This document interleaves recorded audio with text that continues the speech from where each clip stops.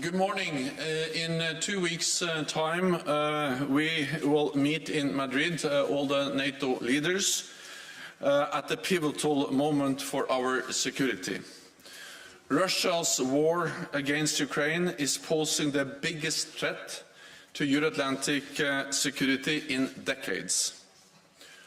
Russia is now engaged in a brutal war of attrition against the Ukrainian people, causing death and devastation on a large scale, and with far-reaching consequences and global implications, as demonstrated by the food and energy crisis deliberately orchestrated by Russia.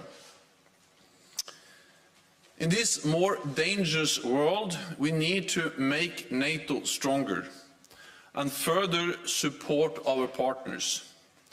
And that is what we will do at this week's meeting of defense ministers. Tonight, we will meet with Ukraine, Georgia, Sweden, Finland, and the European Union. This will be an opportunity for Defense Minister Reznikov to update us on what Ukraine urgently needs, and for NATO allies to make new announcements of support to Ukraine. Allies are committed to continue providing the military equipment that Ukraine needs to prevail, including heavy weapons and long-range systems. We will also discuss how to step up practical support for other partners at risk, including Bosnia-Herzegovina and Georgia. Allies and partners have already provided Ukraine with billions of dollars worth of military equipment, as well as economic and humanitarian aid. I expect that at the summit, NATO allies will agree a comprehensive assistance package for Ukraine, helping Ukraine for the longer term to transition from Soviet-era equipment to modern NATO equipment, and to improve interoperability with NATO. Allies are unwavering in their support for the sovereignty and territorial integrity of our close partners in Europe, and for the right of each nation to choose its own path, free from outside interference. The decisions by Finland and Sweden to apply for NATO membership are historic. We are now working actively on the next steps in the accession process. And as we do, we take into account the security concerns of all allies. Tomorrow, NATO defense ministers will address the need to significantly strengthen our deterrence and defense to respond to a new security reality. We have already done a lot with speed and unity. In response to Russia's invasion of Ukraine, we have doubled the number of NATO battle groups to 8 and extended them from the Baltic to the Black Sea, placed over 40,000 troops under direct NATO command, mainly on the eastern flank, backed by major air and naval power, and increased our readiness and exercises. We will now take decisions on the scale and the design of our posture for the longer term, to ensure that we can defend every inch of Allied territory, from the first moment, at all times, and against any threat. This will mean more presence, more capabilities, and higher readiness. With more NATO forward-deployed combat formations to strengthen our battle groups in the east, more air, sea and cyber defences, pre-positioned equipment and weapon stockpiles, and a new force model with more forces at higher readiness and specific forces pre-assigned to the defense of specific allies. I welcome Germany's intention to strengthen its engagement in Lithuania, where it leads our NATO battle group, and develop it towards a more robust combat brigade. Other allies are also considering what more they can do. Our decision will make NATO stronger and ensure that we can deter any attack across all domains. Stronger defences in a more dangerous world require more investment, and more investment together. Since Russia's illegal annexation of Crimea in 2014, we have seen 7 consecutive years of rising defence investments across European allies and Canada. Allies are also investing more in modern capabilities and contributing to NATO deployments and exercises. This is the right trend, and it needs to continue for the longer term, to rise to the challenges of today and tomorrow. Let me add in closing that the US-led Ukraine Support Contact Group is also meeting today at NATO to discuss Ukraine's urgent needs for military equipment. And I thank the United States for its leadership and coordination. With that, I'm ready to take your questions. Okay, we'll start with BBC. Thank you very much. Jonathan Beale from BBC. Thank you.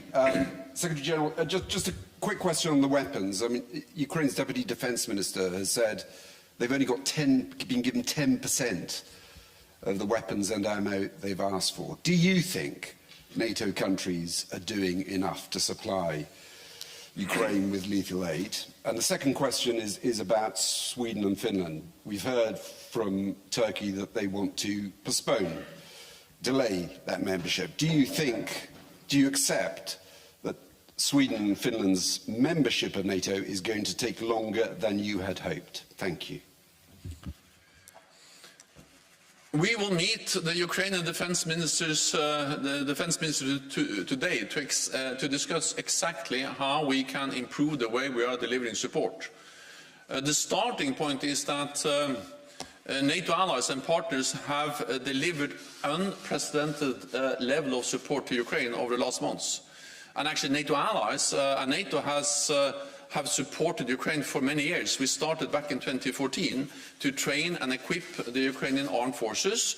So the Ukrainian armed forces were much better equipped, much better trained, much larger and stronger now than they were back in 2014. And that's one of the reasons they've been able to stand up against the invasion from Russia. But of course, after the invasion, there was an urgent need to step up, and that's exactly what allies and partners have done. With more equipment, more advanced equipment, heavier weapon systems, and also with more training outside Ukraine.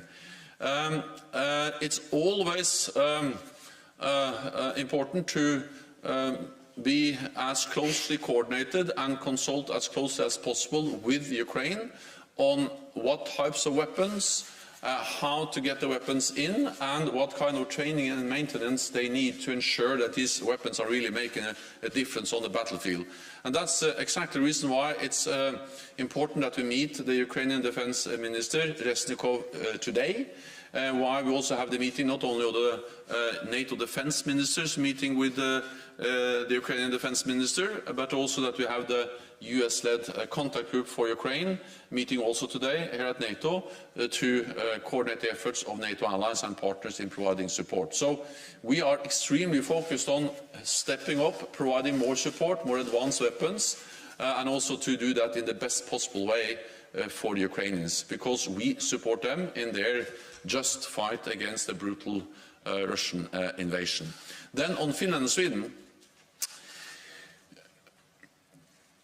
we are now in very close contact, both with Finland and Sweden. I met with Prime Minister Magdalena Andersson and President Sauli Niinistö over the weekend. I welcome the fact that Finland and Sweden are ready to address some of the concerns that Turkey has put forward on terrorism. And we are also, of course, working very closely with our NATO ally, Turkey, on those concerns they have raised. We are looking for ways to find a solution to these issues as soon as possible, so Sweden and Finland can become members as soon as possible.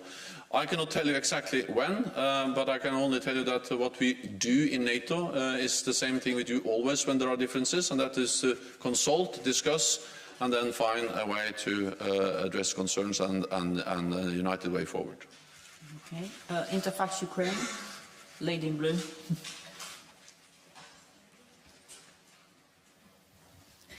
Thank you, Anna. Secretary General, here, Irina Sommer, News Agency Interfax, Ukraine. I would like to ask you if Mr. Zelensky, Ukrainian president, will be invited for Madrid summit, and if yes, in which format? Can they expect something like NATO-Ukraine Commission, or it will be something different? And second question is, on Friday, this Friday, we expect that European Commission will issue conclusion regarding candidate status for Ukraine in the EU, and expectations are that this conclusion will be positive, that yes, European Commission will recommend to grant to Ukraine status of candidacy into the European Union. Don't you think that if Ukraine is ready to be a candidate for EU, it's also ready to be a candidate for NATO? Thank you. President Zelensky will be invited to the NATO summit in Madrid. He will be invited to address all the leaders when we meet together there at the end of the month. He is, of course, welcome to come in person. If that's not possible for him, he will address us by video conference, by VTC. We very much look forward to President Zelensky addressing all allied leaders. These leaders are extremely committed to support Ukraine and also to express their solidarity and also demonstrate that solidarity not only in words but also in deeds. And as President Zelensky also addressed the last summit we had here in Brussels in March, he will also then address and take part in the summit in Madrid in 2 weeks' time. Then Ukraine is an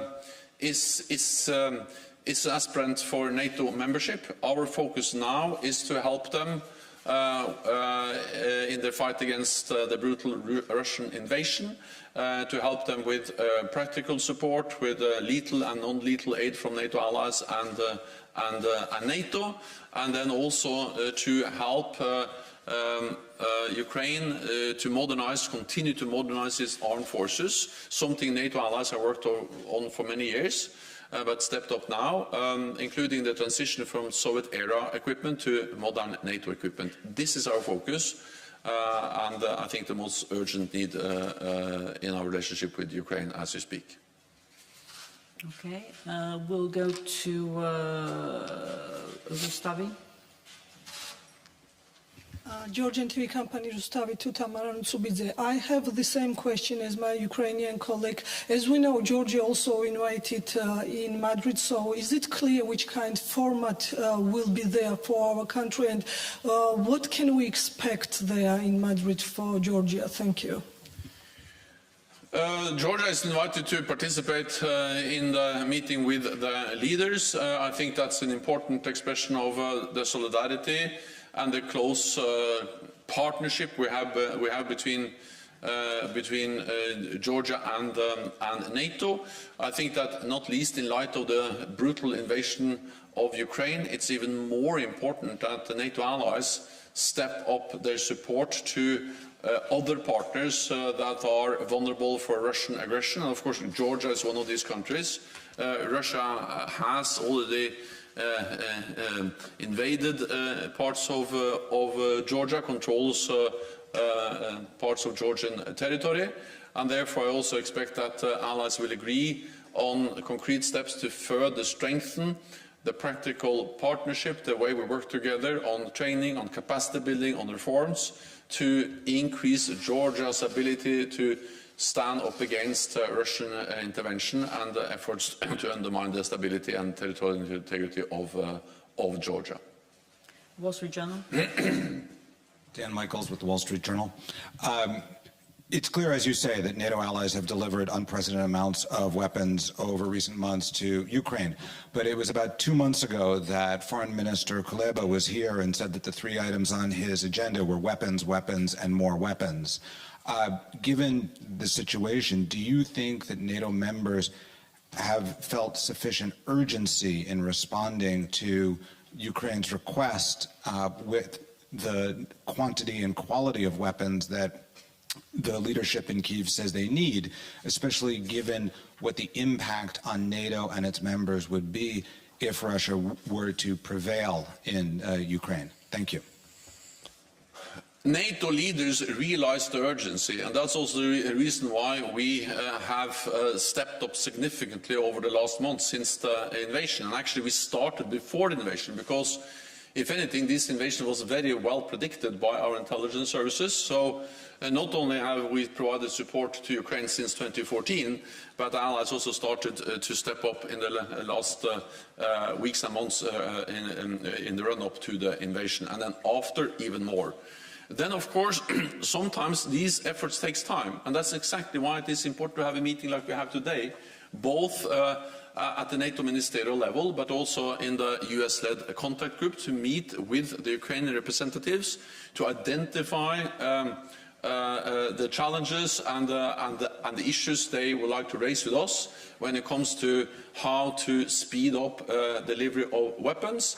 And of course, we also have to recognize that when we now are delivering more long-range, more advanced air defense systems, more advanced artillery, more heavy weapons, more modern NATO standard weapons, then sometimes it also takes some time to train, to ensure the necessary maintenance and the necessary support for these systems.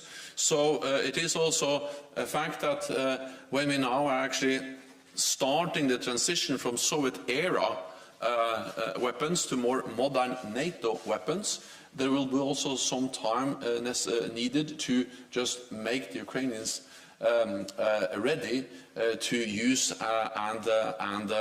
and operate these systems. But that just highlights the importance of doing this in the best possible way, in the closest possible coordination with the Ukrainians, and also not only deliver, of course, weapons, but also a lot of non-lethal aid, which is of critical importance: fuel, medical supplies, different types of protective gear, and many other types of supply, including, of course, training and support in NATO allied countries. Yesterday I was together with 7 NATO leaders in Den Haag, and they all went through different activities where they provide support to Ukraine. And for instance, the Dutch Prime Minister told us about how they are now in the process of delivering howitzers to Ukraine, including with training of the Ukrainians who are going to operate these more advanced weapon systems. So we are working closely with Ukraine to overcome all hurdles in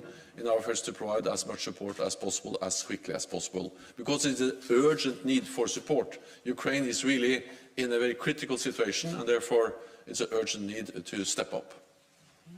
Politico.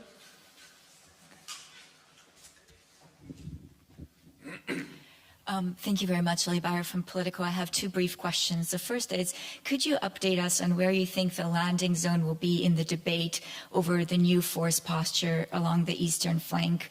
And the second thing is there anything NATO is considering or looking at doing to indirectly or directly help get Ukrainian grain to world markets? Thank you.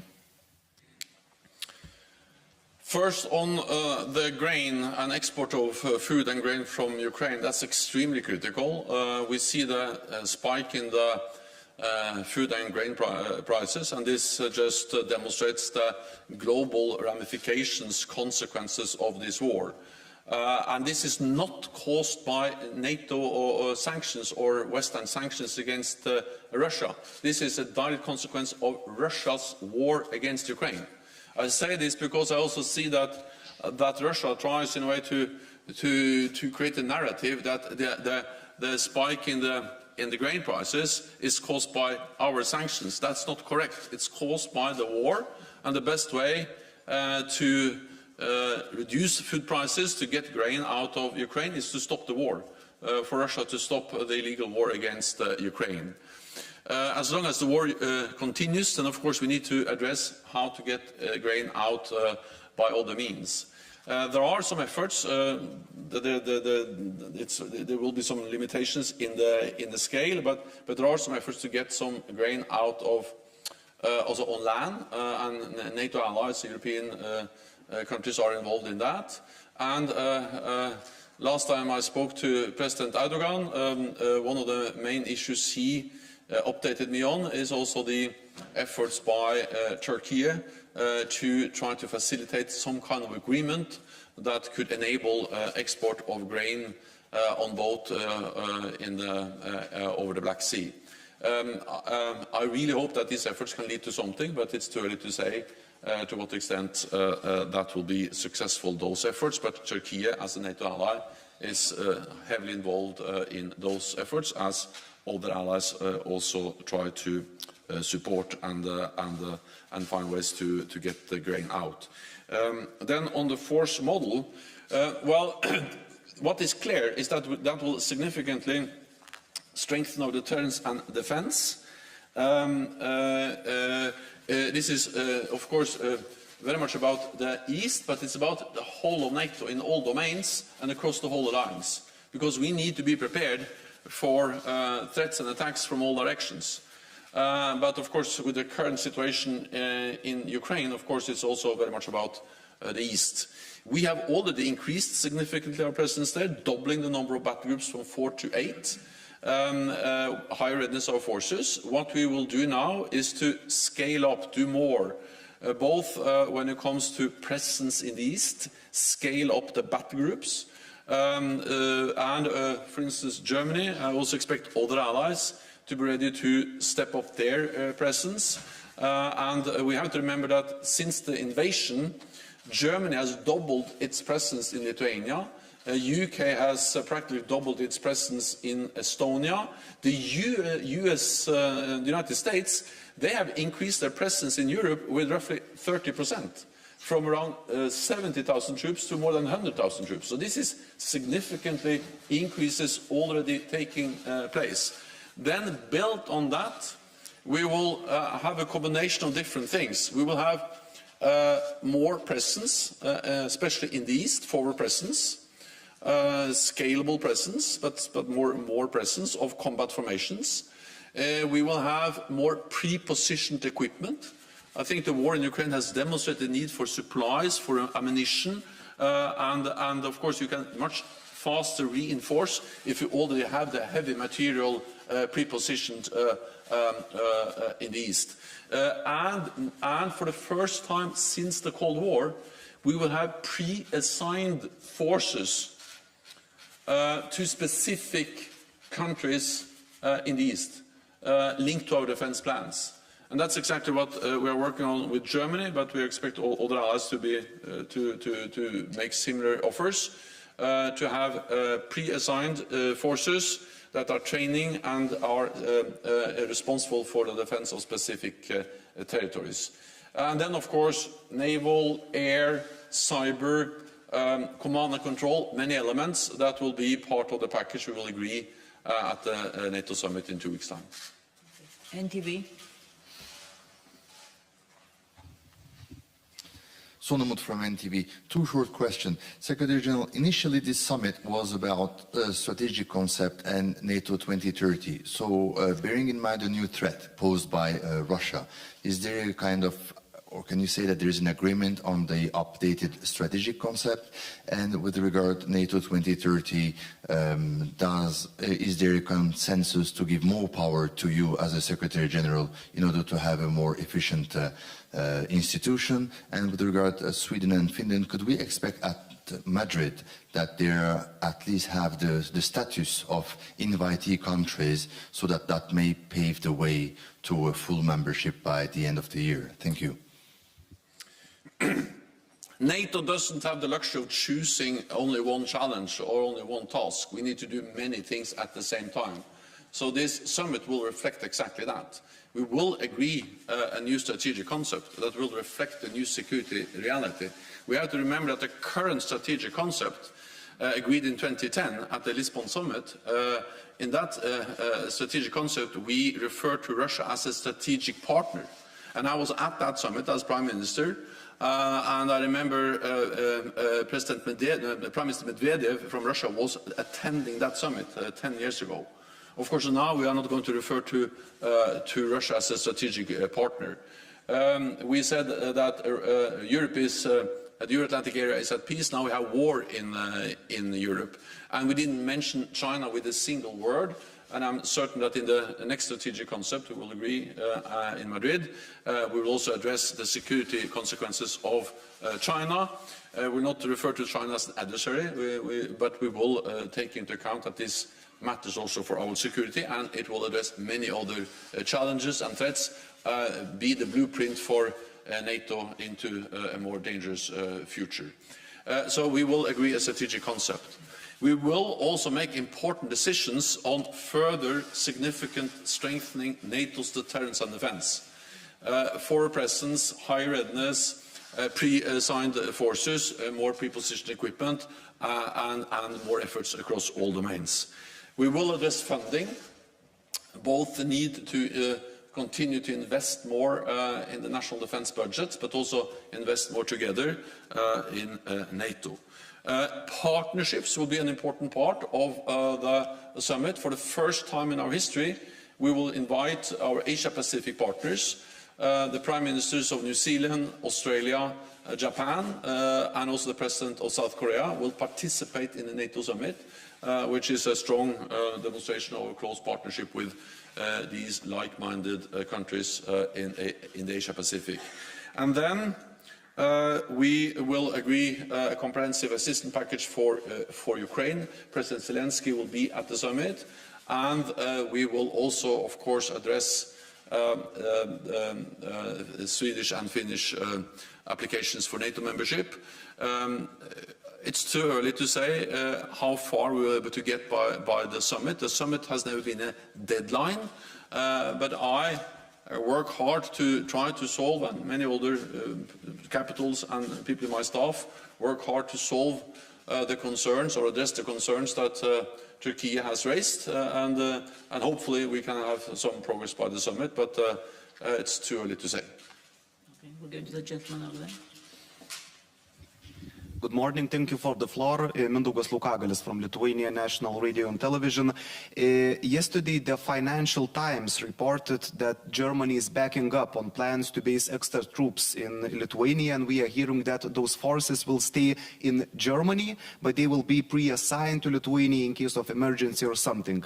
Does that mean that Lithuania and other Baltic states cannot hope for any extra troops, which would be based actually in those countries and not 100 kilometers away? And also, what this new pre-assigned forces model means for the security of Baltic states versus forces being actually on the ground? Thank you very much. It remains to be decided, or the exact details of the new force structure and the implications for specific countries as, for instance, Lithuania. But what I can say is the following, is that it entails different elements. And one element is more forward presence. We have to remember that Germany has already practically doubled its presence in Romania, adding to the existing battle group with almost an additional battalion. Also, other allies have increased their presence in the NATO multinational battle group in Lithuania. That has already taken place over the last weeks.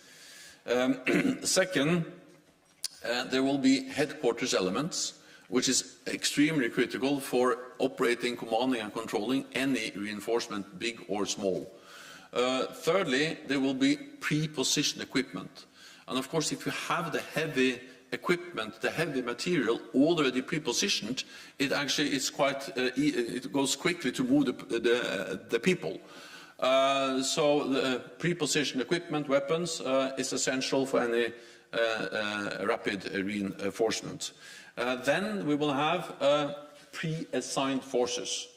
And you are correct that they, not all of them will be deployed permanently in Lithuania or in any other countries in the eastern part of the alliance. But the new thing is that they will be earmarked, pre-assigned for that specific territory, meaning that they will train, they will rotate in and out, they will know the country, the territory, they have worked together on interoperability, working with the home defense forces, and they have pre-designed tasks. So it is this, and then of course more naval and more air. We have also, for instance, now Spain stepping up with more air defenses in the Baltic region, and other allies are stepping up with more air and naval presence. So to sum up, it will be a combination of more forward presence of troops, more forward command and control headquarters, more forward deployed stocks, fuels, weapon systems, especially heavy weapons, and then pre-assigned troops that will train regularly in the different countries in the eastern part of the alliance. And again, the starting point is that over the last weeks we have almost doubled the battle group in Lithuania, doubled the battle group in Estonia, doubled the number of battle groups from 4 to 8. And we also have, for instance, France and Belgium and other allies being part of the NATO increased presence in Romania. And the US has significantly increased their presence. And these are troops that may be based in Germany or Poland, but they are rotating around, not least in the eastern part of the alliance. So altogether, this is significantly strengthening our deterrence and defense across the whole alliance, but especially in the eastern part of the alliance. Okay, DPA.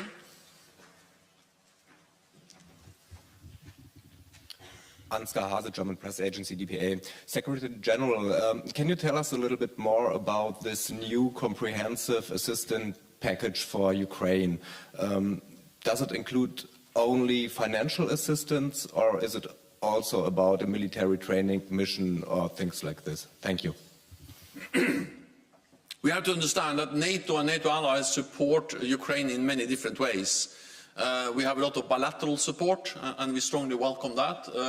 I expect new announcements at the meeting today, both the ministerial meeting and also the ministerial meeting of the Ukraine contact group, support group for Ukraine, led by the United States, also taking place today. But then we have the comprehensive package, which is another element of support from NATO allies and NATO, and that is partly, first of all, it builds on what we have done for many years. Second, it is very much about enabling the Ukrainians to transition from Soviet era, from old equipment, to more modern NATO standard equipment. That transition requires a lot of, what should I say, sharing of knowledge, of expertise, enabling them to do this quite challenging move from more armed forces based on more old systems to more modern systems. And it's also very much about interoperability, ensuring that they have the standards, they have the routines, they have the command and control that enable them to have interoperability also with other NATO allied countries. It's a combination of practical support, capacity building, and we also scale up the funding for this comprehensive package. And that comes also on top of what NATO allies are, what NATO is delivering when it comes to different types of protective equipment, UAVs and other systems, non-lethal systems, which are critical for Ukraine. So the comprehensive package is about scaling up, doing more, and not least helping them more with the long-term adaptation of the Ukrainian armed forces. Reuters. Sabine Siebold with Reuters. Secretary General, you were talking about the transition to Western weapons. Does that also mean that allies will start to supply Ukraine with weapons they want to have, but they are not getting from the West yet, like Western main battle tanks? So first of all, allies have already started to significantly provide Western weapons, NATO standard weapons, including very advanced air defense systems, multiple rocket systems, and also other types of, not least, advanced Western artillery. We have also provided different types of armored vehicles and a wide range of these different systems. I cannot tell you exactly what kind of announcements that will be made today, but there are now really a wide range of different systems, including heavy systems, armored systems and weapons, which are provided by NATO allies to Ukraine. And we see an unprecedented level of support from NATO allies. Then I fully understand that being in Ukraine, seeing all the death, all the destruction, seeing the brutal war taking place, not least in Donbass, there is an urgent need for even more. And that's exactly what we're going to address today with the Ukrainians. How can we provide more support, and how can we ensure that that support reach them as soon as possible? La Vanguardia.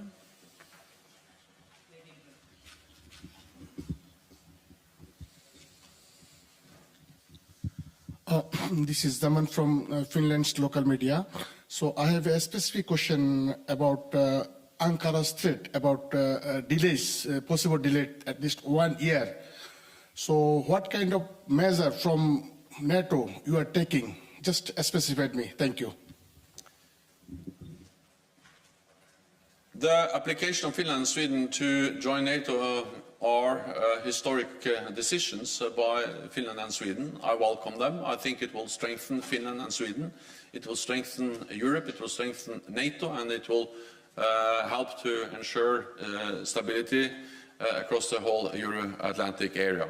It will also demonstrate that NATO's door is open, and that Finland and Sweden, they make their own sovereign decisions. It's not President Putin that decides what Finland and Sweden can or cannot do. At the same time,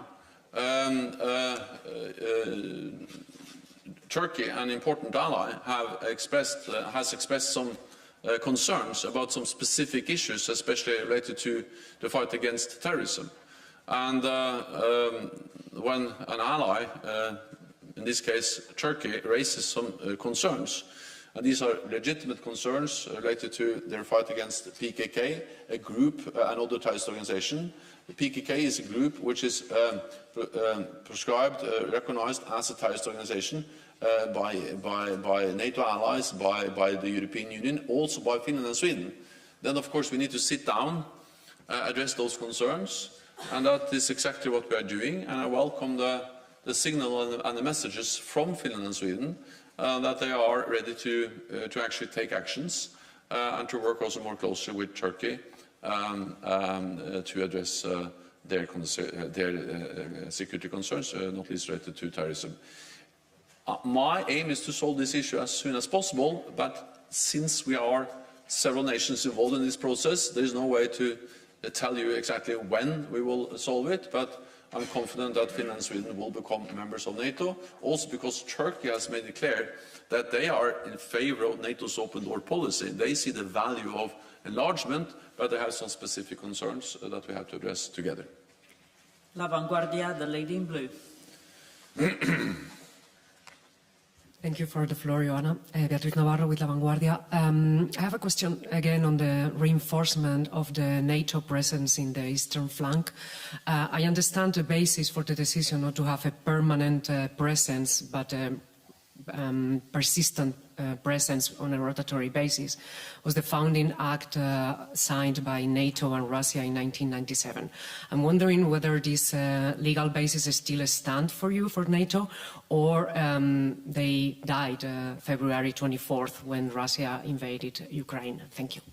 So Russia has walked away from the NATO-Russia Founding Act, the main principles there, not least the respect for the territorial integrity and sovereignty of all countries in Europe, and by invading Ukraine. Of course, that's a blatant violation of the NATO-Russia Founding Act.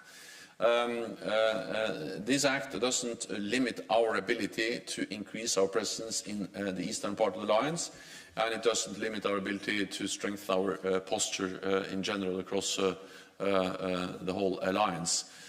Let me add that Putin's goals goes beyond Ukraine. That was clearly stated in the so-called security treaties he proposed for the United States and NATO in December last year. We actually had a meeting here at NATO in January where we sat down with Russia and tried to find a diplomatic solution, and also where we provided our responses to those proposals from Russia. In those proposals, they, of course, threatened Ukraine, but they also threatened NATO by saying that there should be no further NATO enlargement, and they also wanted NATO to agree to remove all troops and all NATO infrastructure from NATO allies that had joined after 1997. If we had accepted that, we would first of all have violated the fundamental principle of all countries to choose their own path, including Finland and Sweden joining NATO. And the Finnish presidents have said that it was actually when Russia wanted to close the door to NATO that they realized that they had to move into NATO. And also the idea that we should remove all forces and infrastructure from the eastern part of the alliance would actually mean that we're going to introduce some kind of first and second class NATO membership. So we, of course, didn't accept those proposals, but it demonstrates that President Putin's goals goes beyond Ukraine, and that's the reason why we need to both provide support to Ukraine, as we do, but also strengthen our deterrence and defense, not least, sorry, in the eastern part of the alliance. Very last question, Bloomberg. Lady in white. Natalia Josiak from Bloomberg. I just had two points that I wanted to clarify. Just first on the posture, you said we can expect more troops on the eastern flank, at least pre-assigned. What volume are we talking about? Germany spoke about brigade level. Is that what we'll see in other eastern flank countries as well? And just on the Turkey, Finland, and Sweden issue, I wanted to clarify because a few weeks ago you said, you know, you expected that they would be invitees by Madrid, and today, in the last few days, you've said the Madrid summit was never a deadline. So does that suggest your expectations have changed about what will be possible before Madrid? Thank you. I was more optimistic then, that's correct, because at that stage we didn't have any information indicating that this will be a problem. Since then we saw the concerns expressed by Turkey, and therefore this will take some more time than we originally expected. So that's a new aspect of the whole process, because up till Turkey expressed their concerns, we had no reasons to believe that this will be a problem for NATO allies. Then some problems have been put on the table, and then it will take some more time, and we need to, of course, address those concerns, those issues, and that's exactly what we are doing.